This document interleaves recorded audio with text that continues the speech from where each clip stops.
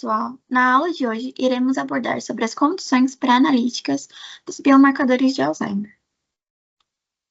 O líquor, ou conhecido também como o líquido encefalorraquidiano, é um fluido ultrafiltrado do sangue que passa pelo cérebro e pela medula espinhal. Ele é um líquido incolor que tem baixo número de células e baixa concentração de proteínas. Ele apresenta um volume total de 120 a 180 ml e é produzido nos plexos coroides. O volume total é renovado 3 vezes em 24 horas, e é por isso que a coleta do soro e líquor devem ser realizadas dentro de 1 hora. Para a coleta do líquor, é necessário realizar a punção lombar, que, quando executada por um profissional capacitado e corretamente, o procedimento é bem tolerado e aceito com baixo índice de complicações. É um procedimento de rotina para orientar o diagnóstico de doenças neurológicas. Ele está inserido dentro da diretriz do consenso publicado em 2017 e também agora no centro dos critérios diagnósticos para o diagnóstico da doença de Alzheimer. A punção lombar exige algumas orientações. Uma delas é a agulha de punção, que deve ser utilizada traumática de pequeno diâmetro.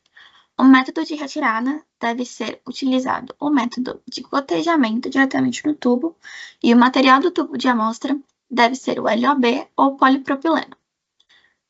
Não deve-se utilizar os primeiros 2 ml para análise de biomarcadores, ou seja, no momento da coleta é necessário o descarte dos 2 primeiros ml. É necessário encher os tubos de amostra pelo menos 50% da sua capacidade total e após a coleta da amostra não é necessário a licotagem e o material deve ser congelado imediatamente a menos 20 graus. O problema é que, no mundo ideal, o certo seria que após a realização da punção lombar, o líquor fosse diretamente pipetado na placa do seu teste.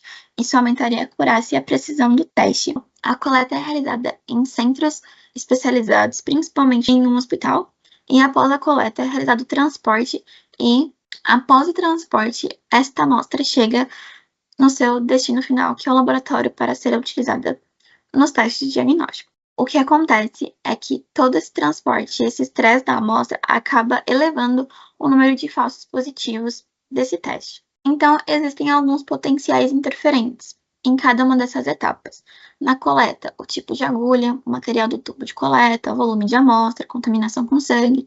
Já no transporte, a agitação e temperatura são fatores drásticos.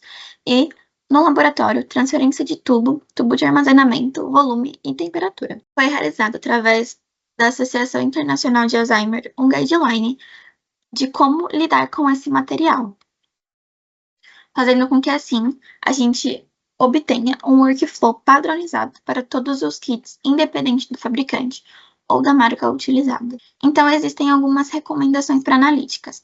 Para coleta, a punção lombar direto no tubo por método de gotejamento, coleta em tubos de polipropileno, se não for analisado no momento, armazenar a menos 20. O transporte necessariamente deve ser realizado a menos 20 graus, então congelado, e no laboratório, armazenar imediatamente a menos 20 graus. É necessário alicotar pelo menos 500 microlitros por tubo e sempre usar tubos de polipropileno, máximo de 2 ciclos de descongelamento. E caso essa amostra seja armazenada a longo prazo, é necessário armazenamento a menos 80.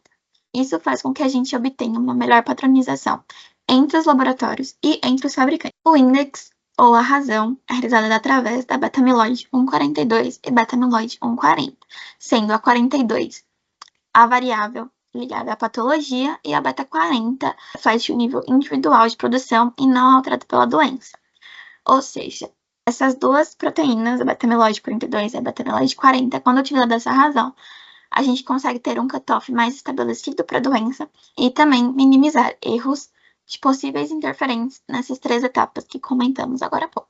Aqui, só para ilustrar, então, nós temos a utilização da dosagem da beta-40 e da beta-42 sozinha, e como podemos ver, a gente não consegue distinguir com precisão o que é Alzheimer, o que é doença de Alzheimer, de uma amostra controle, de pacientes controles, ou seja, pacientes saudáveis. Quando utilizamos a razão da beta-42 pela beta-40, conseguimos distinguir esses dois grupos, ou seja, pacientes com Alzheimer e pacientes sem Alzheimer. Neste outro gráfico, também representado a beta-42 sozinha e a 42 pela 40 em relação ao PET amiloide, conseguimos avaliar que quando utilizamos a beta-42 em relação à beta-40, conseguimos distinguir esses pacientes que estavam em outrora numa zona cinza e aqui foram classificados como positivos e negativos.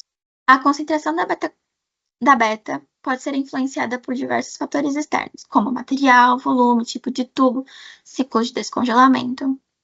E é por isso que, ao utilizar o valor da razão, é uma vantagem nesse sentido. Neste gráfico aqui podemos observar o zero é a não diferença, ou seja, quanto mais próximo de zero estiver, menos diferença há. Então, só para trazer um exemplo, o valor aqui, quando utilizado o volume do tubo de 1,5 versus 0,5, quando eu utilizo só a beta-42, eu tenho uma maior diferença.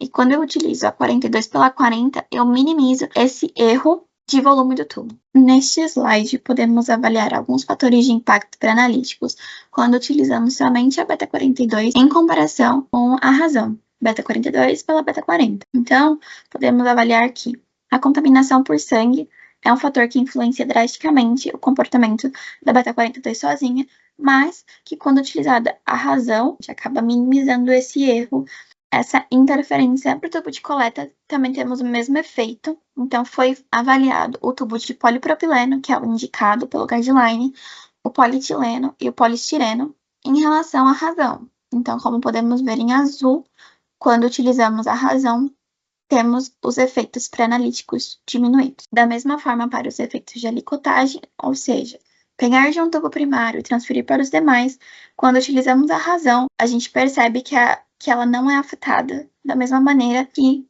a beta-42, diminuindo assim os efeitos do pré-analítico. Então, podemos chegar à conclusão de que a utilização da beta-42 pela 40 é de extrema importância para que os possíveis interferentes do pré-analítico não influenciem o resultado final. Muito obrigada pela sua atenção.